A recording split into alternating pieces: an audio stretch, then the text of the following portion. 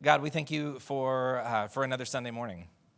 We recognize that quite often Sunday just kind of shows up whether we want it to or not, and that we have gathered in this space hoping, I think, for some new insight, some new wisdom, some new way of seeing the world and seeing you and seeing ourselves. And may we in the next few minutes find ourselves with our eyes open and curious and filled with wonder in whatever way is available to us. In the name of Jesus we pray, amen. All right, so we are continuing the series that we started a couple of weeks ago called Other People's Mail. And what we've been doing with this series is we've been looking through the first two chapters of the book of Revelation. I say the first two chapters. We've only been in the second chapter. We're like in the third week. We're still in the second chapter. But at the beginning of the book of Revelation, and I realize like normally when people think of Revelation, all we think of are like the weirdest parts, and rightly so, because they are super weird. And eventually one day we will get to like what's going on with all the weird stuff. But before you get to the weird stuff in Revelation, there's two chapters that are just letters. And they're letters to these 7 different churches in an area of the world called Asia Minor at the time. Now it's modern day Turkey. And you have these 7 different communities who are all kind of living inside of and under the control of the Roman Empire, but they have different situations. They have different economic situations. They have different histories. They have different interests. They have different concerns and worries. And so what John is doing, the writer of the book of Revelation is a guy named John. He is an apostle, a disciple, not one of the original disciples, but he is someone who has led the church up to this point and is now living in exile on a Greek island called Patmos. And he's writing back to these 7 churches and basically saying, like, here's some things I've heard, here's some things that have kind of come to my attention, and I'd like to bring you into the conversation. And so these first 7 letters are John kind of saying, like, okay, before we get to all this big, broad imagery, I'm just going to say a few things to each of these groups just to acknowledge, like, I know what's going on. I know what you're going through. I'm with you on this journey. And so we've talked already. The first week we talked about what John has to say to the people in Ephesus. Last week we talked about what John has to say to the people in Smyrna. And today we're looking at John's letter to a church in a city called Thyatira. And so that's kind of what we're doing with this whole series. So the thing about this particular letter, so he's writing specifically, this section is written specifically addressed to the people in a city called Thyatira. So one of the things about this letter is it feels tonally, if you just read it through one time and you read it out loud, you are going to feel like John feels like he's writing to 2 different groups of people in this one section because it seems very tonally disjointed. And it's almost like if you were in my shoes and like if somebody handed you this one section of Revelation 2 and said, write a sermon about this, you would probably look at it and think to yourself, oh, this isn't one sermon, this is 2 sermons. Because John he's like toggling wildly between these 2 different tones and kind of like ways of addressing this group of people. And so one tone is he's expressing love and empathy. And he's basically saying, like, I acknowledge, like, all the good things that you're doing. And then he, like, swings really hard and basically says, also, I am incredibly angry and frustrated at you, and here is why. It's actually, as I was going through it and thinking through it, I was realizing, like, it's not unlike being a parent. You know what I mean? Because, like, I don't know if you have these people who live in your house that you love so much and you have so much like hope invested in them and so much like warmth, and you would stand in traffic if it would keep them safe, but also like if they make that noise with their mouth one more time, I'm going to lose my mind. You know what I mean? It is. And so John is sort of in that sort of headspace of like, I have so much warmth and compassion for this group of people. Also, I kind of just, I'm about to lose my temper because I'm so frustrated about this one other thing. And so what we're going to do is we're going to approach this as if it were 2 sermons. And you might be sitting here thinking like, Rob, we don't have time for one sermon. Like to do two. So I'm going to do the best I can, acknowledging we had a lot of ground to cover. There is not a food truck parked in the parking lot today, so you're on your own for lunch, but I'm going to hopefully get you out of here in time for that. So, but we're going to approach this as if there's 2 different sermons kind of parked side by side, because at some point, these 2 ideas, these 2 tones are going to intersect, and they will have something to do with one another. So we're going to start with one question, which is, where is the frustration coming from? And then second, where is the compassion and empathy coming from? How are these 2 things like simultaneously in existence in this one letter. And then, of course, where do these two things intersect? Where does the frustration and the compassion interact with one another? So we're going to do all of that in the amount of time that we've got today. So we're gonna go. We're just gonna go. So in Revelation chapter 2, beginning of verse 18, he starts this letter, and it says in verse 18, he writes, "To the angel of the church in Thyatira." And we've talked before about this word angel is the word angelos, and it literally just means messenger. So he's basically saying, like, whoever's job it is to communicate on my behalf to the people in this church, that's who I'm talking to right now. So to the messenger of the church in Thyatira, write this: "These are the words of the Son of God, whose eyes are like blazing fire and whose feet are like burnished bronze," which is a reference to something he had said in chapter 1. But basically he's saying, what I am saying right now, I am speaking on behalf of God, which is a bold thing to say. And then in verse 19, he says, "I know your deeds, your love and faith, your service and perseverance, and that you are now doing more than you did at first," which sounds really nice. Like, this must be a very encouraging thing to hear. And then the angelos, the messenger, is like, hold on a minute, because he has another sentence. And so in verse 20, he says, "Nevertheless, I have this against you. You tolerate that woman Jezebel, who calls herself a prophet. By her teaching, she misleads my servants into sexual immorality." By the way, heads up if your kids are sitting in here. I just read that word. So heads up after the fact.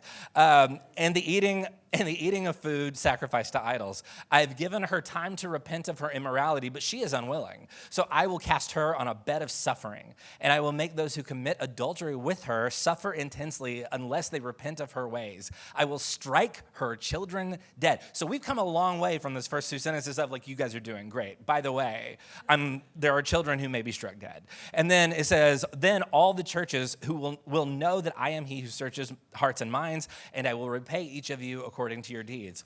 Okay, and he's not even done. We're just going to stop there because that was a lot. So right away, a couple of big questions. If you're not asking these questions, I invite you to read this passage again. But the two big questions that just come up, that just jump right off the page, at least to me, which the first one is, what in the world is going on in Thyatira? Like, what is happening that is giving John, like, this sort of, like, whiplash of, like, great job. Also, I'm, like, really cranking up the dialect here. So what's going on in Thyatira is the first question. Great question. Second question is, this guy John seems to have a serious, like, a major axe to grind against somebody named Jezebel. What's going on with her? Like, what is the deal with that? And so what we're going to do, we're going to unpack both those questions. So we're going to start with the first question.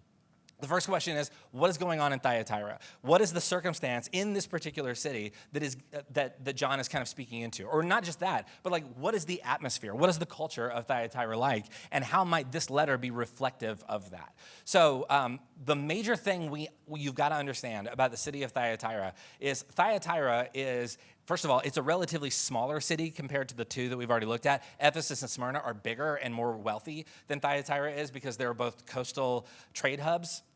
And so those cities are very active with coming and going of different groups of people who are buying and selling.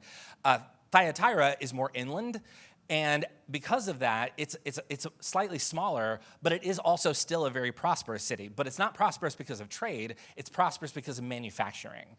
So Thyatira, in short, basically is like, if you are selling something in Smyrna or Ephesus, it's very likely that you're manufacturing those things and putting all of your wares together in Thyatira, and then you're sending them to Ephesus or Smyrna to be sold.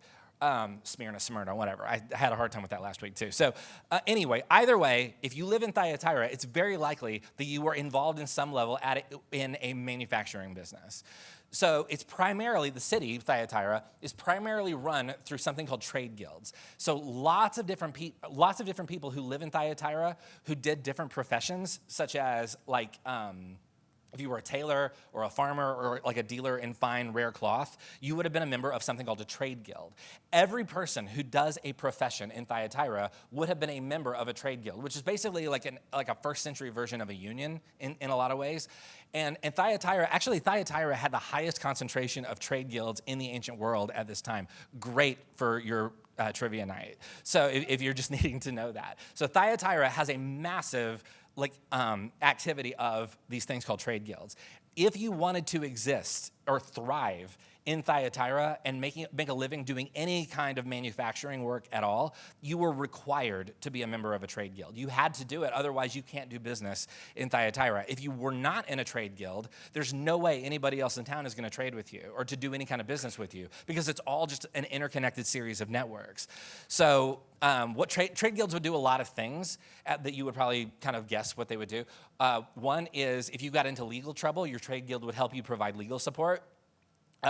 If there were certain seasons, because everything in the ancient world is like, everything was seasonal. Before you could like have fresh strawberries in January by going to the grocery store. Back then, everything was sort of cyclical, and everything was like, yeah, this is the season where this is more prosperous, and this is the season where you'll get more or less of this. So during the down seasons, the trade guilds would help provide you funds to stay alive and basically continue doing business once business picked back up again. That was one of the things that trade guilds would do.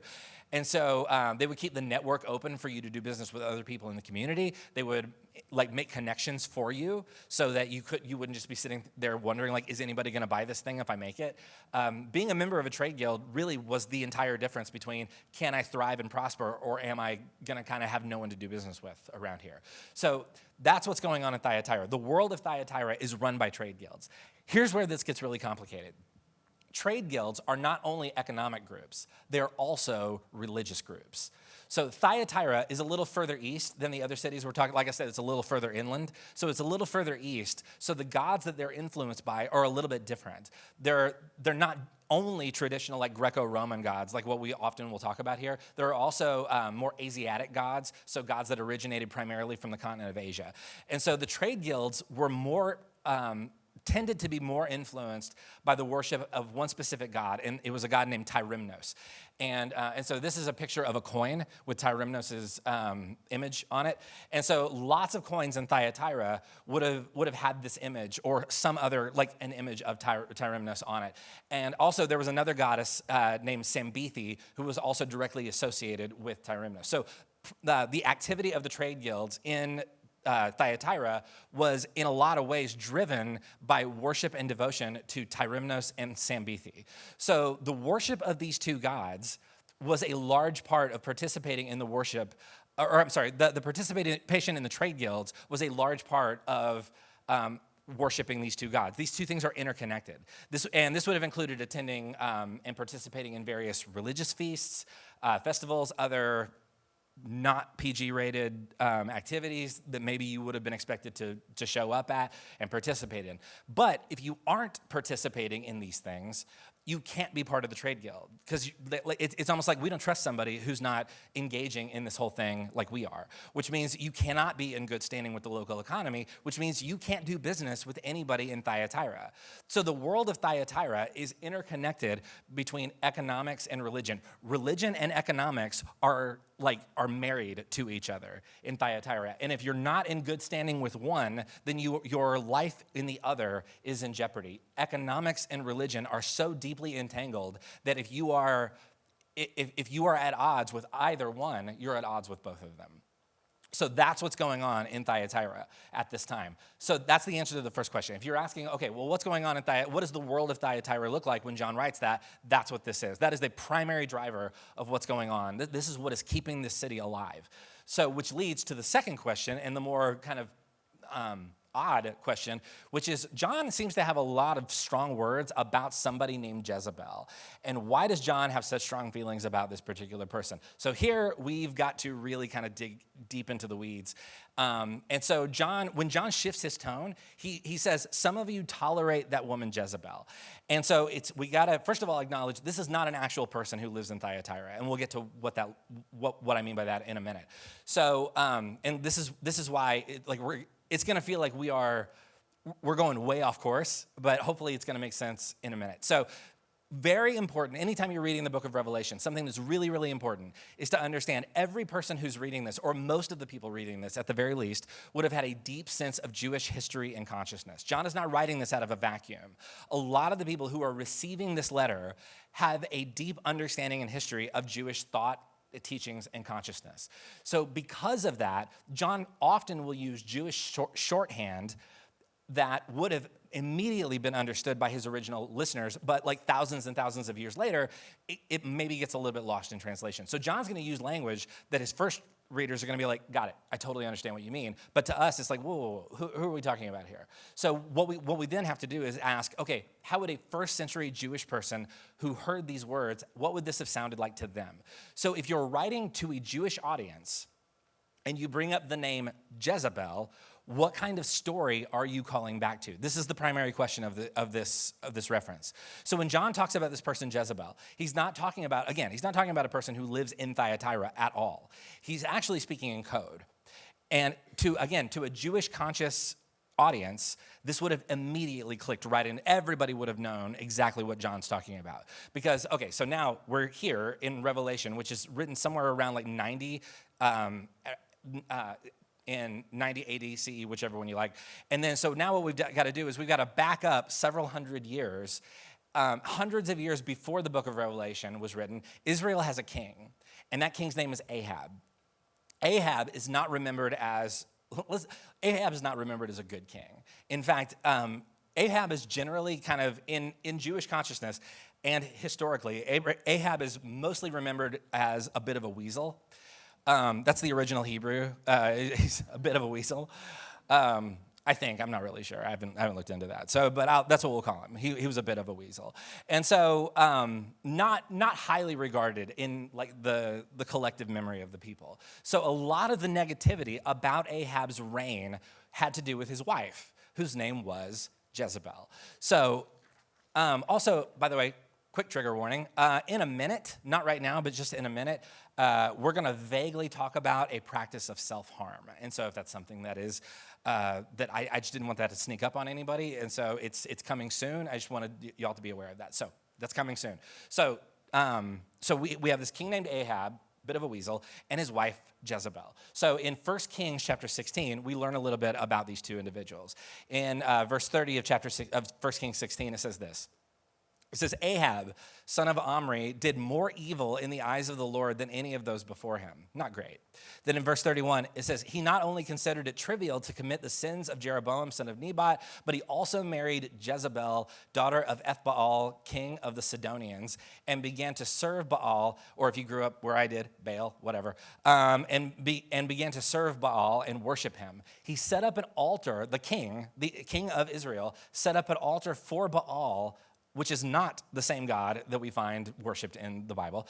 He set up an altar for Baal in the temple of Baal that he built in Samaria.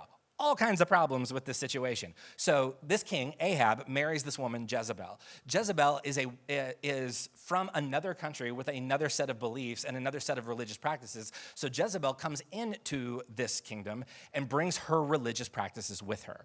And so she brings with her the worship of this one specific God whose name is Baal, which means she brought all of these religious customs that came along with the worship of this particular God. So they built a temple in Israel towards this other God, which is not okay. And so this is what is going on at this particular time. So there's a lot of baggage in the history of this group of people in regard to this particular God from before Jezebel even showed up. So, okay, so we started in the book of Revelation. We backed up to the book of 1 Kings. We got to back up a little further and go to this is what I mean when I say we got to go into the weeds. So then we got to back up again and go into the book of Judges. So in the book of Judges, which happens way before, hundreds of years before the book of 1 Kings, before Ahab and Jezebel are ever a whisper on the pages of history, before any of that, in the book of Judges, you have this group of people, the Israelites. And the people of Israel have come out of slavery in Egypt. And now they've moved into a new territory called Canaan. And so for the first time ever, this group of people who have lived as slaves or nomadic wanderers, at this point, they are living in a place where they have to figure out, okay, we've never had land that we were responsible for on our own. We've only ever been slaves or wanderers. We have no idea how to farm. This is a brand new thing for us. So they're trying to farm and they're trying to harvest on their own, and they don't have the skill or the experience that the other people who also live in and around this area have. And so the major god, so when they move into this area called Canaan, the major god that is being worshiped at this time is Baal. And so here's a photo of like an ancient statue of this particular god. So when they get to Canaan, Baal is the main god that's being worshiped in this time. So let's say you're one of these new citizens of this territory. You have lived your entire life on the move. And your parents and your grandparents and your great-grandparents were all slaves. So now you are in this place. And now you have a patch of land that you're responsible for. And your family's survival depends on what comes out of the ground here. And so you have no idea how to farm, and you're trying your best to learn how, but everybody who got here with you also has no idea how to farm. We're figuring this out as we go. Then they look across the way, or let's say you are doing this, and you look across the way, and you see that your neighbors who have lived here for generations are doing great. Their farm is thriving. And so those farms are prospering.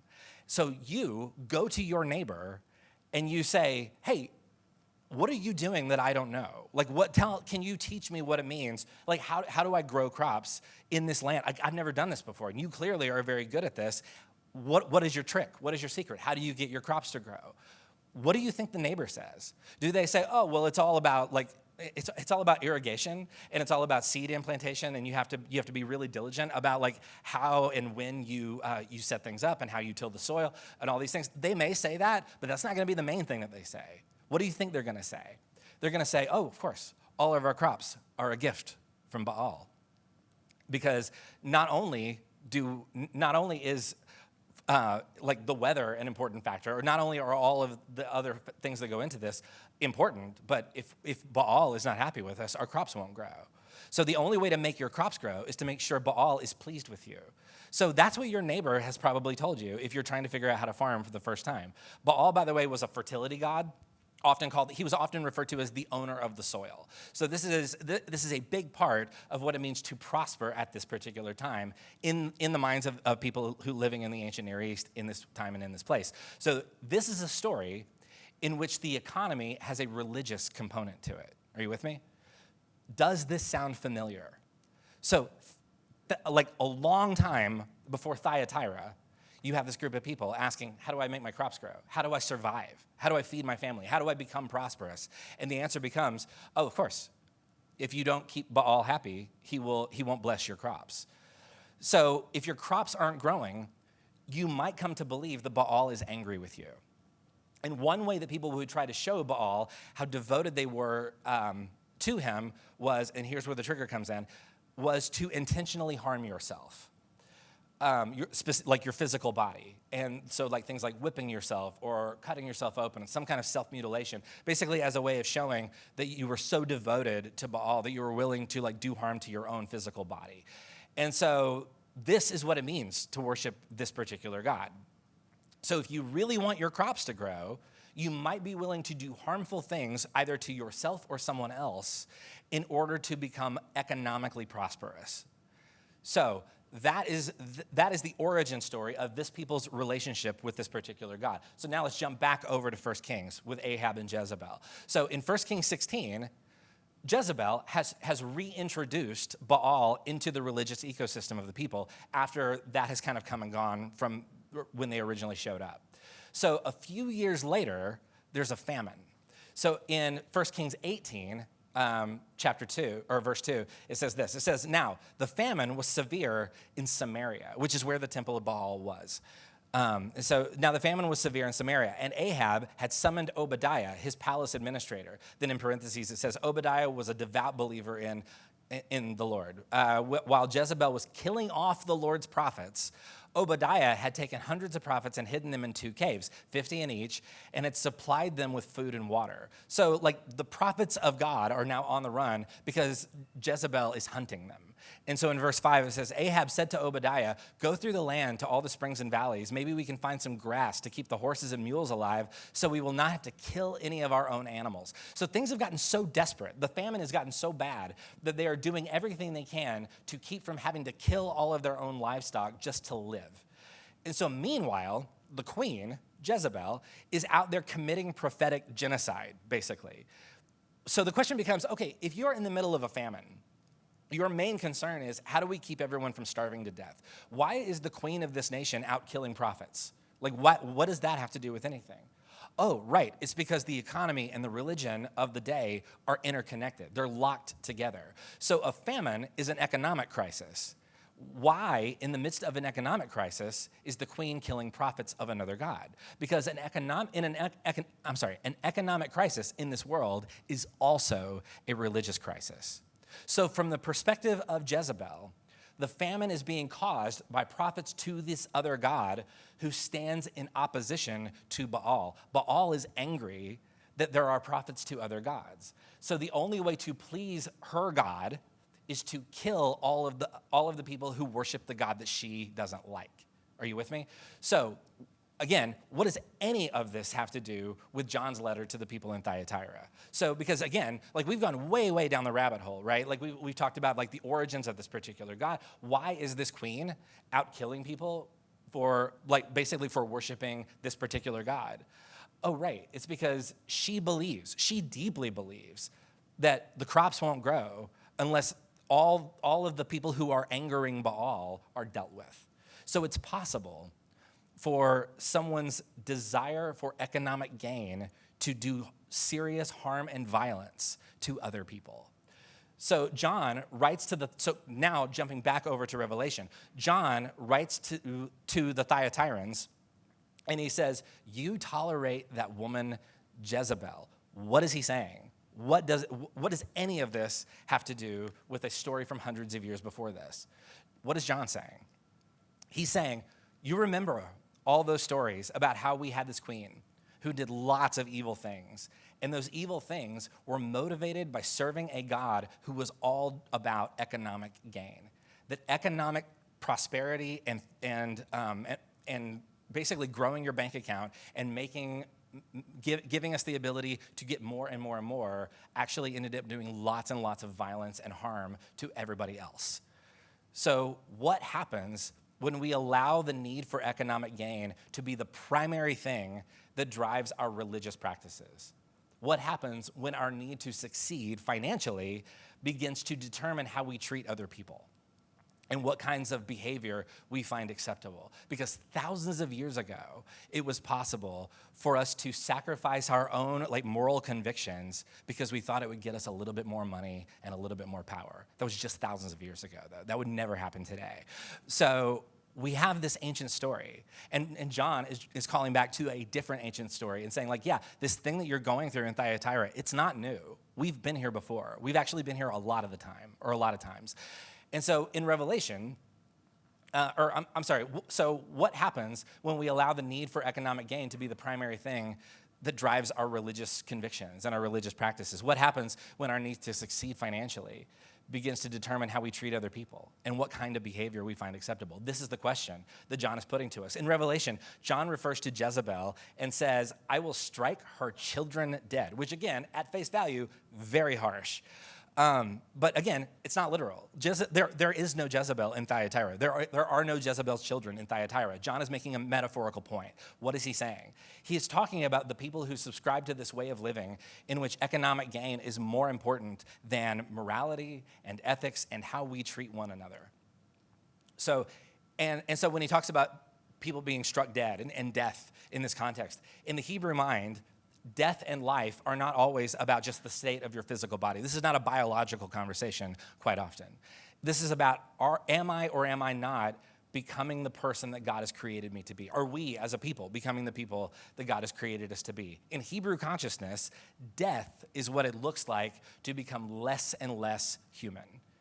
And life looks like becoming more and more of who we were always meant to be. So when John talks about we're looking at death and we're looking at life, he's saying there are those of you in this community who have truly sold your soul in exchange for more money and more social standing and more power. And that brings death. Not death in terms of like you're just gonna like fall over dead one day, but death in terms of like you're gonna look at yourself in the mirror one day and you're not who you always thought you would be. You're not who God created you to be. So when John drops this name, Jezebel, he's bringing a lot of old wounds and baggage into the conversation with him. This is like a one-word shortcut, basically, to talk about what it looks like when power and evil interact with one another. This is like, I mean, this is such an easy example, I feel like I don't even need to use it, but I will.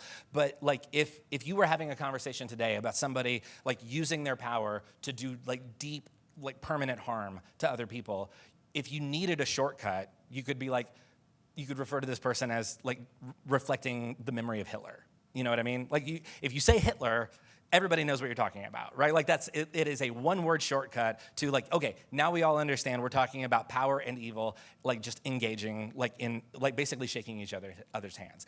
That's what John is doing. When John brings in Jezebel, that's what he's doing. He's basically creating the same shortcut. So, by the way, just quickly as an aside, and I feel like this needs to be said, this particular name, Jezebel, I don't even like reading it out loud because of all of the baggage that has been kind of built up with this name, in particular, like in the Western church in the last couple of hundred years. So this name, Jezebel, has been used in recent history mainly, I'm just going to go ahead and say, mainly by fundamentalist groups as a way to shame women who wouldn't easily fit into the category of people tried to fit them into. And so this is a really irresponsible misuse of this passage. Plus, it is super misogynistic, and people just need to knock it off, honestly. So if you have had this word used as a weapon against you, first of all, I'm so sorry, because that is never what the intent of this particular name or this particular story was supposed to draw out. That is other people taking something and using it to abuse other people, so that basically to preserve their own sense of power, basically doing the thing that Jezebel was doing in the first place. So anyway, that's the aside. So if you also have that baggage, I'm so sorry, and I really hope that maybe we can reclaim this story and these ideas for you. Anyway, back to what John's talking about. John is using this name, Jezebel, to call back to an ancient story about what it looks like when the desire for power and economic gain bumps up against our faith and our calling to be people that God has created us to be in this world. It's what happens when I want more power and I want more money, but also I believe myself to be someone of a certain amount of like moral standing and moral fortitude. I believe that I have these guiding principles, but if I give those principles up or just like loosen my grip on them a little bit, I'll make a little bit more money and I'll have a little bit more power, and that sounds pretty good to me. So that's the tension that's being addressed in this story. So John is basically saying, what in the world made you think participating in this system that is driven solely by the desire to get richer and more successful would never affect you in a negative way? What in the world made you think that playing this particular game for long enough wasn't going to do damage to you internally? So John calls back to this very old story, and he says, don't you remember? Do we not all remember what it looks like when we begin to sell our souls for $1 and for a little bit more access to a little bit more power? Because again, thousands of years ago, it was possible for people to allow their deepest moral convictions to be compromised by a desire for more power and more money. So John says, don't you understand that your economic behavior is spiritual behavior? Do you not understand that things can get very dark when our need for more money begins to conflict with our ability to participate in the story that God is telling? How we engage in the economy, how we use our money is a spiritual question. How we think about and treat other people who have less money or less power than we have. These are spiritual questions. Whether or not we support people and policies that are cruel and dehumanizing, because those people and policies are going to benefit us. These are spiritual questions. And John says the Jezebel story is alive and well every single time we allow our desire for power or financial gain to eclipse our deep sense of what we know is good and right. Anytime I allow my need for power to interrupt my understanding of this other person is human and deserving of love and compassion as well, anytime that gets my need for money or power or access gets in the way, John is saying like, yeah, that's a really old story. And so all of this is swirling around in this letter to the city in Thyatira, or to this group of people in Thyatira. Which leaves us with the next question, which is like, all right, but didn't you say there's like a nice part too to this letter? I thought John had like nice things to say too, but it sounds like we're really like parked on the harsher things. Well, yeah, because the harsher things are harder to unpack than that. So let's go back to the nicer part and see like, okay, first of all, what is the nice part? And second of all, what does it have to do with everything else that John has already said? So let's jump forward to verse 24. So John has already said the whole thing about like, all the metaphorical Jezebel stuff and all the things about, you are participating in the system and it's harmful and it's hurting you, it's hurting the people around you. And then in verse 24, he says, now I say to the rest of you in Thyatira. In other words, not everyone here has completely sold out. And so it says, now I say to the rest of you in Thyatira, to you who do not hold to her teaching and have not learned Satan's so-called deep secrets, I will not impose any other burden on you, except to hold on to what you have until I come. I wish we had more time, because there is some loaded language here that feel free to like go deep and dig into all this stuff. I wish we had more time. But really what we need to focus on is what is the overall message that John is trying to convey? And it's basically he's saying that it's at the end of verse 24 where he says, I will not impose any other burden on you except to hold on to what you have.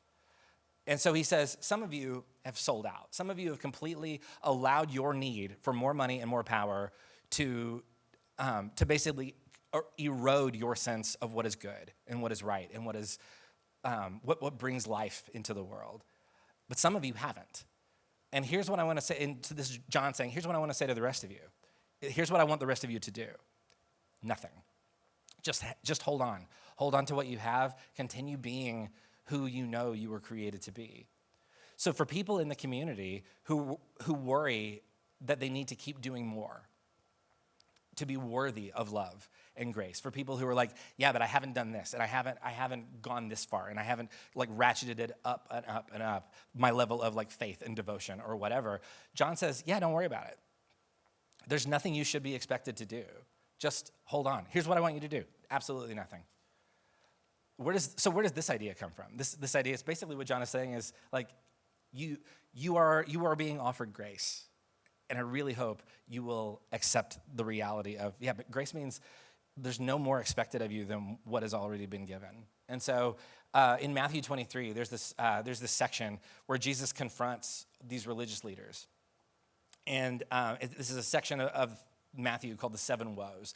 And basically Jesus confronts these religious leaders, and he says, there's a lot of harm that's being done by you.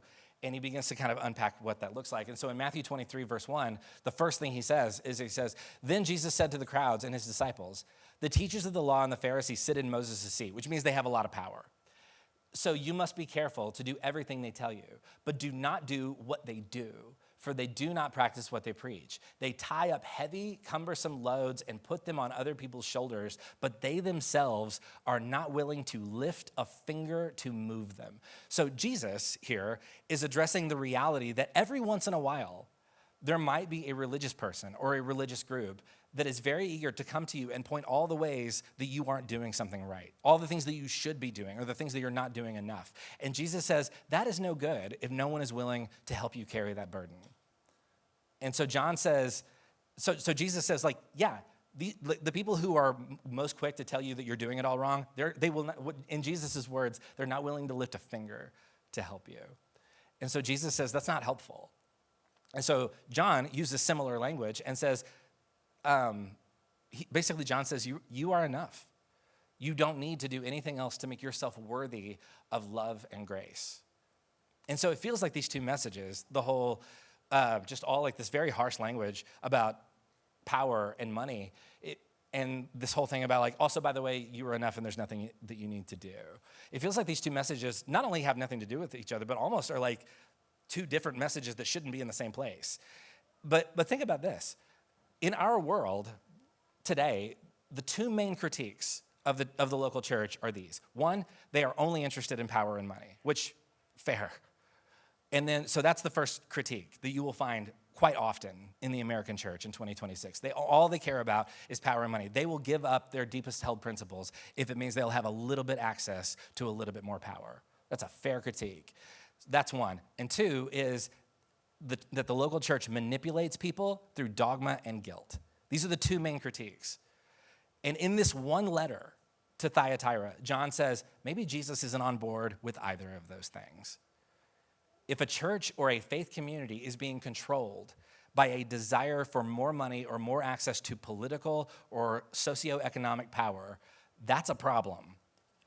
If we become the message board for the powerful people in our community just so they'll take our calls, that's a problem. Also, if a church or a faith community piles guilt and shame on people every single week, that's also a problem. There's an adage that gets used by pastors. Like you get taught this adage in seminary. I didn't know until recently that this is actually a phrase that was coined by journalists. But it's the idea of our job is to comfort the afflicted and to afflict the comfortable. And that is exactly what John is doing when he writes to the people in Thyatira. He's saying some of you have gotten very comfortable because your compromise in this way has actually gotten you lots and lots of access to money and power and the people who will grant you favors when you need them. So we are going to afflict the comfortable. But also, some of you have said, like, no, that's not the kind of story I want to participate in. And you are, and that group of people are constantly just like on edge about like, are we doing enough? Are we right? Are we on our own? And John says, yeah, here's what I want from you, nothing. So John is afflicting the comfortable and comforting the afflicted. So for some of us, maybe we are enthusiastically, whether we are willing to admit it to ourselves or not, maybe we are enthusiastically participating in a system that is harmful, but we don't want to acknowledge it because for the moment, it's working pretty well for us. Even if it might be harming lots of other people in the process, it's working for me. So we're going to go ahead and pretend like that's not a problem. So for some of us, we are the comfortable who maybe need a little bit of afflicting. For others of us, maybe we feel stress and we feel pressure and overloaded, and we need to hear the words of Jesus who says, you are enough. You don't have to earn anything. You are not expected to jump through any hoops here. You are already loved and already accepted exactly as you are. This is amazing. Because so many people are afraid of the book of Revelation. So many people are like, I don't even want to touch this because it's way too weird, because they think it's all about judgment and destruction. And because that's how it often gets talked about. But the recurring message seems to always gravitate towards grace and peace and hope and love. Someone, when they first got this letter, thought it was good news. The story of Jesus is not a story about people scrambling for more and more access to more and more money or more and more power. The story of Jesus is not a story about making people feel guilty or overburdened or abandoned in any sort of way. The story of Jesus is a different kind of story, and it's more life-giving and freeing, and each of us can receive this message that you are already good enough. You don't need to keep like churning over and over and over again just to prove to somebody that you're worthy of love and grace and peace. You are. So for those of us who maybe need a little bit of afflicting, for those of us who are, whether we want to admit it or not, have benefited from something that has done harm to somebody else, may we be honest enough with ourselves to acknowledge, like, yeah, we have definitely participated in something that has hurt other people. But also for those of us who walked in feeling overloaded and burdened with all of this guilt and all of these expectations and all of this, I'm just not good enough. And if everybody here knew me, they wouldn't want me here. I want to invite you to let that go. My hope, our hope at the Well is that people will walk through these doors and feel like, oh, this is an okay place for me. I am safe here. I am enough here. So may we receive that. May we, if we are too comfortable, may we allow ourselves to be afflicted. And if we carry around anxiety and fear and overburdened sense of self-expectation, may we be comforted by the fact that nothing is expected of you in order to be worth living.